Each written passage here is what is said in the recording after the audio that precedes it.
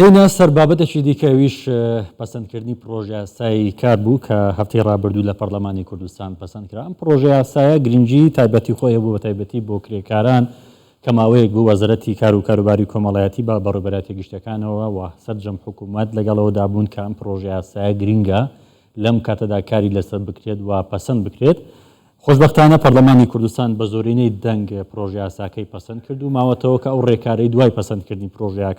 پرۆژە یاساکە دەگیرێتە بەر چۆن چۆنی دەبێت و بە چ جۆرێک ئەم یاسایە بە قازانجی کرێکاران و یاسای کار لە هەرێمی کوردستاندا تەواو دەبێت.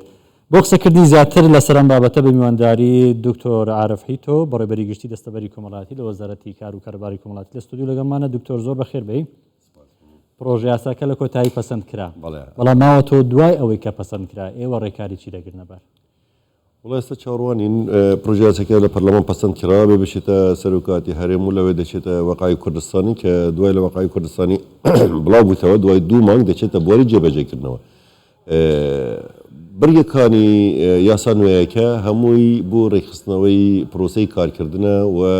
پەیوەندی نێوان کرێکار و خاوەنکار و هەموو ئەو مافانە و ئەو بابەتانەی کە تیا یەکسەر دەچنە بواری جێبەجێکردنەوە. بەڵام بۆ ئەوەی گەنجەکانی ئێمە با بڵێن پشکنەرەکانی ئێمە بتوان زیاتر ئاشنا بن، هەموو هەنگیمان لەگەڵ ڕێکخراوی کاری نێودەوڵەتی کردووە. دوای بڵاوبوونەوەی یاسا هەندێک خۆڵ و هەندێک وەرشۆبی دیکە بۆ پشکنەرەکانی خۆمان دەکەینەوە تاکو بزانین چۆن جێبەجێ بکەین و هەروەها هەماهەنگی لەگەڵ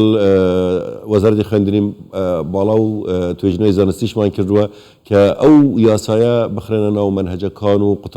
قوتابیان و دەرچوانی زانکۆکان ئاگادار بن کە دواتر کە تەخەرج دەبن کە بێنە ناو بازاری کار بۆ ئەوەی بزانن مافەکانیان چێ و چۆن تەعامل لەگەڵ بازاری کار بکەن.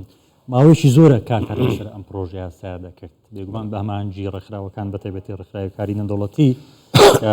بەشێک هەماهەنگی کار بوون لە دانانی خاڵەکان بڕگەکان و یاساکە بە شێوەیەکی گشتی. تا چەند لە قازانجی کرێکار و دەستی کار و پرۆژەکانە یاخود لە بازاڕی کارە؟ بەڵێ خۆی یاسا هەر یاسایەک دابڕێتن بێگومان لە قازانجی کۆمەلگایە بەگشتی. ئەو یاسا تاوان کە ماوەیەکی دوور و درێژ پێمون چونکە یاسای گرنگترین یاسایە لە بۆ هەموو وڵاتەکان لە هەموو وڵاتەکانی دنیا یاسای کار گرنگترین یاسایە. بۆیە ئێمە ڕێکخراوی کاری نێودەوڵەتیش هێنامانە سەرخات بوو ئەوەی هیچ برگەیەک هیچ مادەیەکی ئەم یاسایە هاودش نەبێت لەگەڵ ستانداردە نێودەوڵەتیەکان. خۆشبەختانە دوای خەبیرەکانی ILOش کە هاتنە سەرخەت و لەگەڵ پەرلەمانی کوردستانیش خۆڵێکی 4 ڕۆژیمان کردەوە هەردوو لیژنەکانی یاسایی و لیژنەی کاروباری کۆمەڵایەتی لەگەڵ ڕێکخراوی ILO مناقەشەیەکی زۆر دوور و درێژمان کرد. پەرلەمانتارە بەڕێزەکان زۆر بە وردی ئەو یاسایان خوێندووە کە پەسەند کرا. ئێستا کە هاوڵاتیەک یان کارکێرێک یان کارمەندێکی کەرتی تایبەت بزانێتن کە ئەو بنوودە یاسایەکان لە بەسلحەتی ئەودانە یانیش هەر بەلای کەمیەوە دەبنە پارێزەری مادەکان یاساکە دەبێتە پارێزەری کاری ئەو یان بەرژەوەندەکانی ئەو بێگومان مرتاحتر دەبێتن و مطمئنتر دەبێتن متمانەی زیاتر دەبێت بە کەرتی تایبەت. هێزی یاسا دەبێتە متمانە بەخش بوو ئەو کەسانەی کە لە ئەو بوارە ئیش دەکەن ئەو بوارەی کە یاسای داڕاوە. لەبارەی دەستەبەری کۆمەڵایەتی دیارە تا کۆتایی ساڵی ڕابردوو با بڵێن 132,000 کرێکار دەستەبەر کراوە.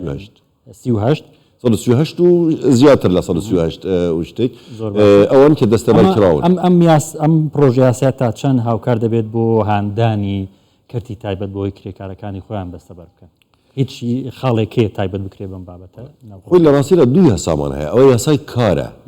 یاسای دەستەبەرکردنی کۆمەڵایەتی و یاسایەکی دیکە پێڵێن یاسای خانەنشینی و دەستەبەری کۆمەڵایەتی. ئەو یاسایش هەموارمان کردوتەوە و پرۆژە یاساکە تەواو بووە لە ئەنجومەنی شوڕاش تەواو بووە، ئێستا لە ئەنجومەنی وەزیرانە بۆ ئەوەی ڕەوانەی پەرلەمانی کوردستان بکرێتن. لە ئەو یاسای دەستەبەری کۆمەڵایەتیدا هەموو بابەتەکانی پەیوەست بە دەستەبەری کۆمەڵایەتی و بە مافی کرێکاران و مافی دواڕۆژی کرێکاران و خێزانەکانیان لە کەرتی تایبەتدا تیادا ڕوون کراوەتەوە. لە یاسای کار مافی کرێکار لە کارکردن مثلەن خاوەنکارێک ناتوانێت کرێکارێک بە میزاجی خۆی دای بمەزێت یان دەری بکاتن. گرێبەستی کارکردن هەیە کرێی کارکردن هەیە کۆمەڵێ ئەو بابەتانەی کە متعلقن بە کار و پرۆسەی کارکردن لەنەوە یاسای کاردانە بابەتی جێندەر بەڵانسی بابەتی کرێکاری ئافرەت بابەتی کرێکاری نەوجوانان باشە هەلە بارەی پرۆژه یاساکە ئێمە لە هەرێمی کوردستان کەرتی تایبەت لە هەفتەیەکدا 2 ڕۆژ پشویان هەیە ینی لە هەرێمی کوردستان پێم وابێ زۆربەی زۆری کۆمپانیەکان بۆ پابەند نینە ئایا لەم پرۆژه یاسایە ئەم مافانەیان دیاری کردووە کە کرێکار ڕۆژانە چەند کاتژمێر کار بکات و پشوەکەی چەند بێت هەموو شتێکیە دیارکراوە چەند 8 کاتژمێرە بەس چەند پشووی هەبێت لە هەر ڕۆژێکدا چەند پشوویەک هەبێتن لەم ساڵێکدا چەند ڕۆژ مۆڵەتی هەیە و چەند ڕۆژ مۆڵەتی نەخۆشی هەیە هەمووی دیارکراون تاوان یاساکە ئێستا ناتوانم بڵێ مەتەن بڵێن 30 ڕۆژ مۆڵەتی نەخۆشی هەیە 20 ڕۆژ مۆڵەتی ئاسایی هەیە و لە نێوان ئەو 8 سەعاتەدا سەعاتێک هەیە بۆ نانخواردن و پشوکردن چونکە دوای چووتە پەرلەمان و پەرلەمان دەنگی لەسەردا بێگومان هەندێک پێشنیاریان هەیە هەندێک تشتی گۆڕیوە بجە حتا یاساکە بڵاو نەبێتەوە ئەوەی ئێمە کە پێشنیارمان کرد و پێشتر دامان نابوو کە بۆ پەرلەمانمان نارد 30 ڕۆژ مۆڵەتی نەخۆشی هەیە و دەتوانێت کرێکارەکە دەتوانێت هەمووان لەسەر یەکتر وەربگرێت دەتوانێت پچر وەربگرێتن 20 ڕۆژ مۆڵەتی ئاسایی هەیە دەتوانێت پچر وەرگێت دەتوانێت تەجزیە بکاتن یان لەسەر یەکتر وەربگرێت و هەموو ڕۆژی 8 ساعت هەر ئیشکردنێک لە 8 ساعت زیاتر بێتن پێویستە کاری کرەی ساڕایی بدرێتێ ئەگەر ئیشەکە بە ڕۆژ بوو کرەیەکە نەوعەکە ئەگەر ئیشەکە بە شەو بوو بێگومان کرەیەکە زیاترە ئەمە وەک بڵێن نموذەجێک بوو نمونەیەکی بچووک بوو لە ئەو بابەتانەی کە لە ناو یاساکەدا هەیە بەس یاساکە ئێستا من نازانم کە چۆنی لە هاتووە بێگومان هەر وەکو عرضم کرد پەرلەمانتارە بە ڕێزەکان بە تایبەتی لە لەجنەی یاسایی و کاروباری کۆمەڵی زۆر بە وردیان خوێندووە ئەو یاسا و هەموو ئەندامەکان هەر یەکێ نسخەیەکی لەژێر باخەڵی بوو و دەیخوێن بێگوان ئەگەر ملاحەزاتیان هەبایان هەندێک خەڵکی دیکە ئەو خەبیرانێک کە ئەوان پشتبەستیان پێ کردووە زیادێک